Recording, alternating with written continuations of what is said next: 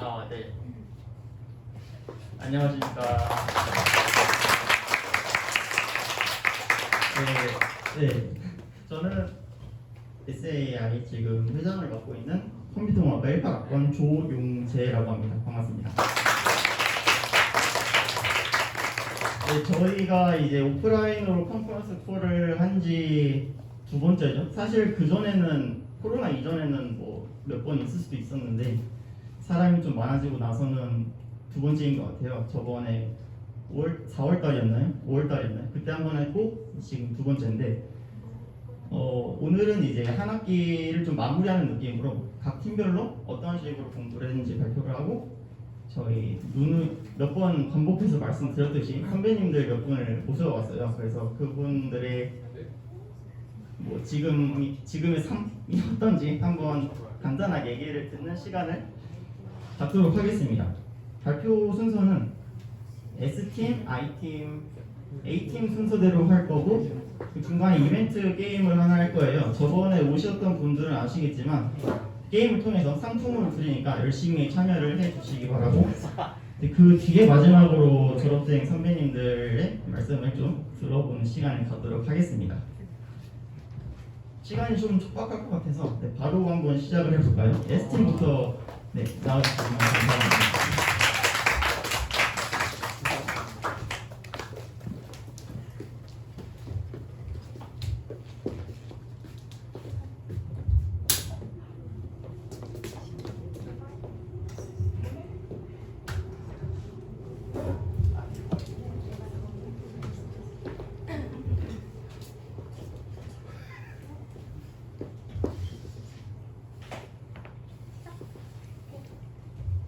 안녕하세요. 저희는 이번 SAI 콩콜 S팀 발표를 맡은 깐부사이조 주한의 김동환입니다. 우선 저희의 발표에 앞서 목차를 말씀드리겠습니다. 저희는 11주 차에 공부한 폴리언부터 머신러닝의 기초 그리고 타이타닉 EDA에 대해 발표하겠습니다. 자, 발표의 시작에 앞서 여러분들께 한 가지 질문을 드리겠습니다.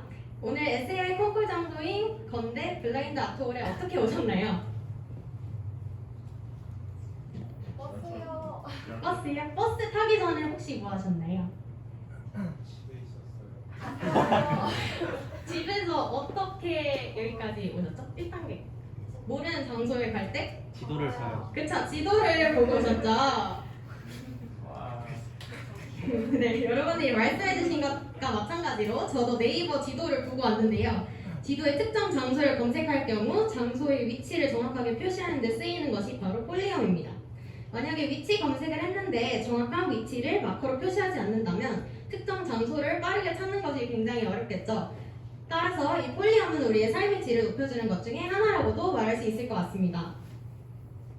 자, 이러한 폴리엄에 대하여 간단히 설명해 드리겠습니다. 폴리엄이란 여러 가지 지도를 시각화하는 데 쓰이는 아주 강력한 파이썬 라이브러리의 한 종류입니다.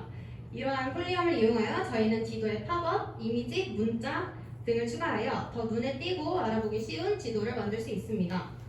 간단하게 폴리엄의 개념에 대하여 설명하였으니 지금부터는 이러한 폴리엄을 이용하여 저희가 직접 문제를 만들어 지도를 시각화해본 예시에 대해 설명해 드리겠습니다.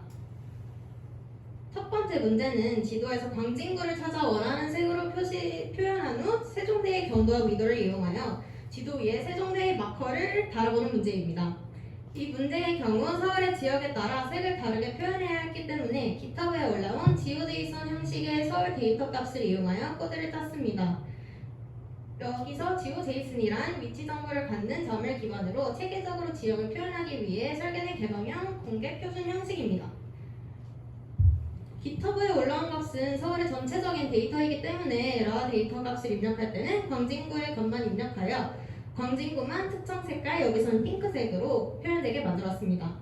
그 후 세종대의 위치를 경도와 위도로 마커의 위치를 지정하여 결과적으로 지도 위에 광진구와 세종대 학교의 위치가 표현되도록 하였습니다. 두 번째 문제는 폴리엄을 이용하여 맛집을 지도에 표시하는 문제입니다. 해당 문제의 코드를 보면 앞서 설명드린 첫 번째 문제와는 달리 팝업의 문자가 아닌 이미지를 저장하여 마커를 클릭할 경우 문자 대신 저장해둔 가게 음식 이미지가 출력되도록 한 것입니다. 작성한 코드가 어떻게 작동하는지 설명드리기 위해 짧은 영상을 보여드리도록 하겠습니다.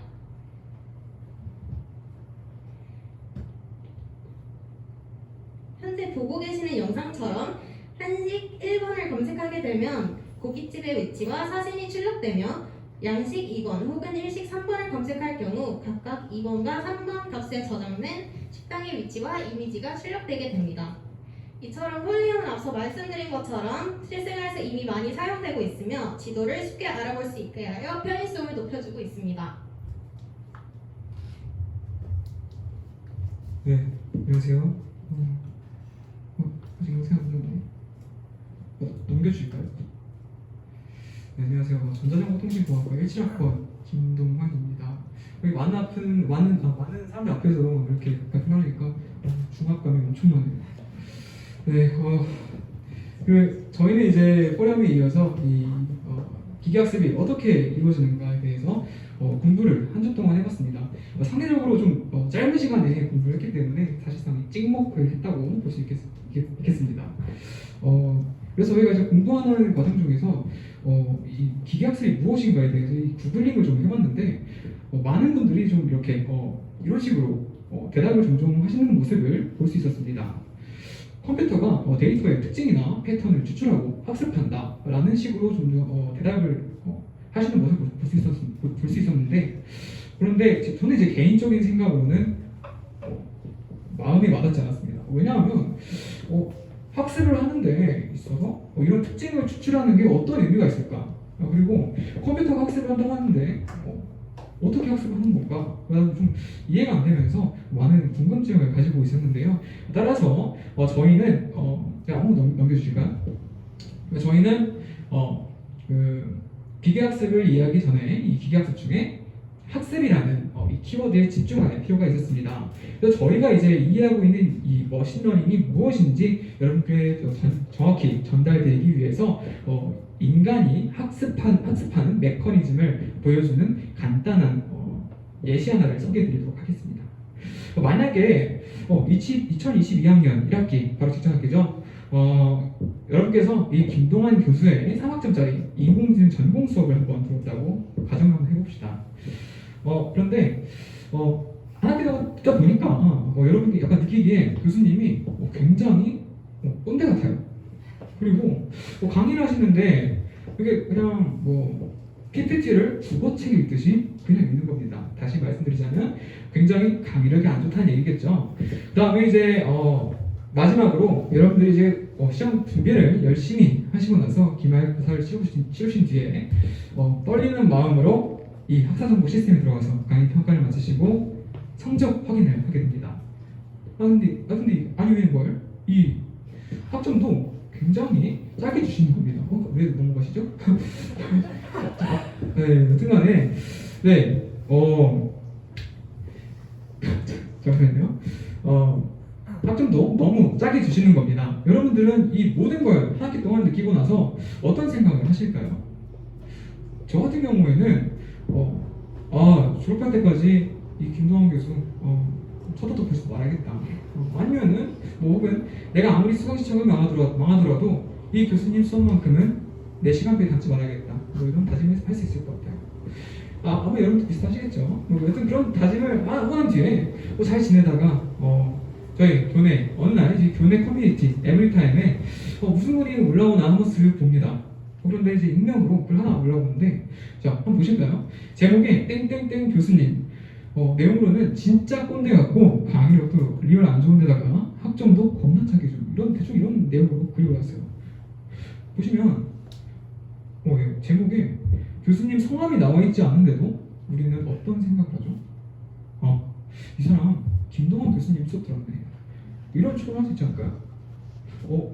이런 추론이 일어난 메커니즘을 다시 한번 생각해보고자 다시 한번 되짚어본다면 여러분들은 이 한 학기 동안 김동환 교수님의 수업을 들어보면서 여러 가지 시행착오를 통해서 이 강의력도 안 좋고 꼰대 같고 학점도 겁나 짜게 준다는 이 특징을 몸소 체험하면서 경험하면서 이 특징을 얻게 되었고 이를 통해서 이 김동환 교수가 어떤 사람인지 정의를 내리고 학습한 경우일 것입니다. 정리해서 말씀드리자면 여러분들은 경험을 통해서 이 특징 세 가지를 통해 얻은 이 특징 세 가지를 통해 이 김동완 교수를 정의 내린 것이죠.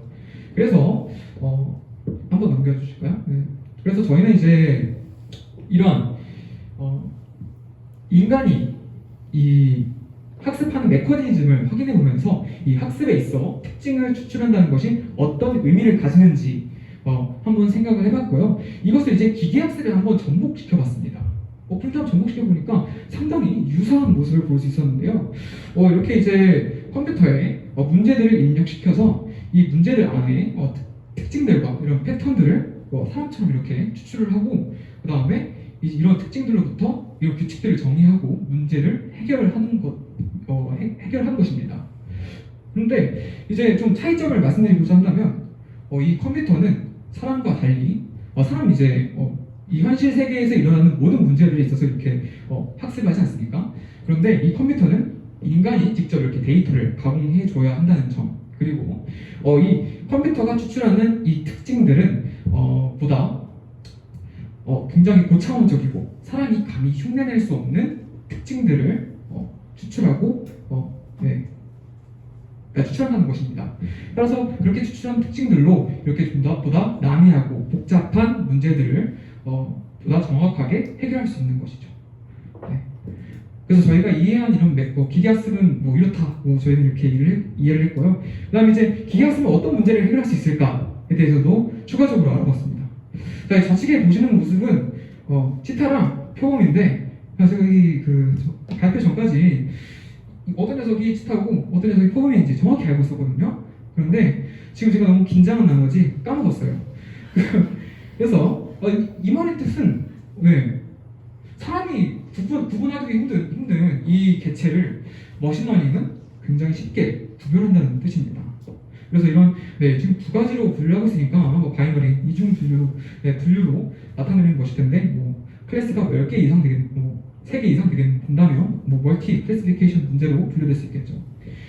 우측 문제는 이제 회귀 문제인데 기존에 존재한 데이터들을 분석을 하고 일정의 경향성을 확인한 뒤에 모델을 형성하고 추가적으로 발생하는 이런 독립 변수에 따른 종속 변수를 예측하는 그런 문제를 해결할 수 있다. 그럼 리그레션 문제도 확인해 볼 수 있었습니다.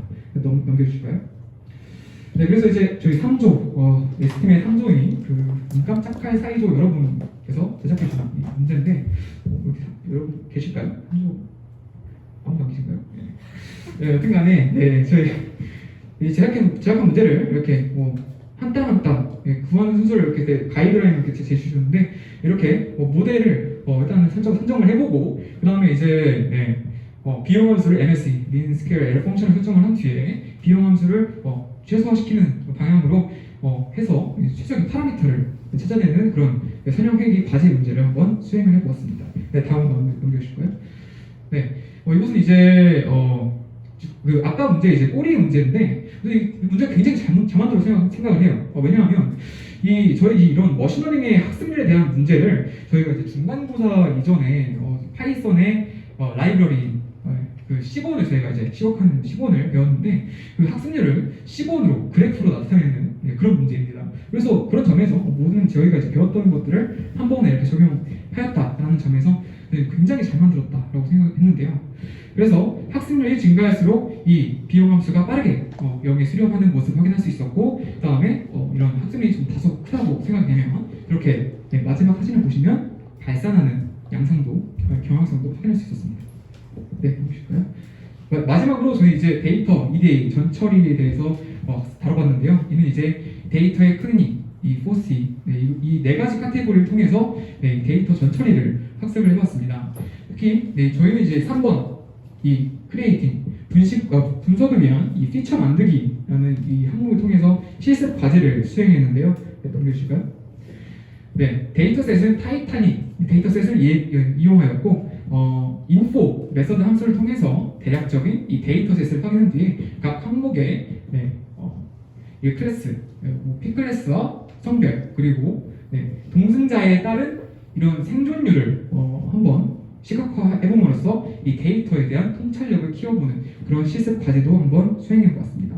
저희가 준비한 발표는 여기까지고요. 혹시 질문이나 피드백 해주실 분들은 네, 손 고소 한번 해주시겠습니까? 여기 없나요? 네, 그럼 저희 발표는 여기까지 하겠습니다.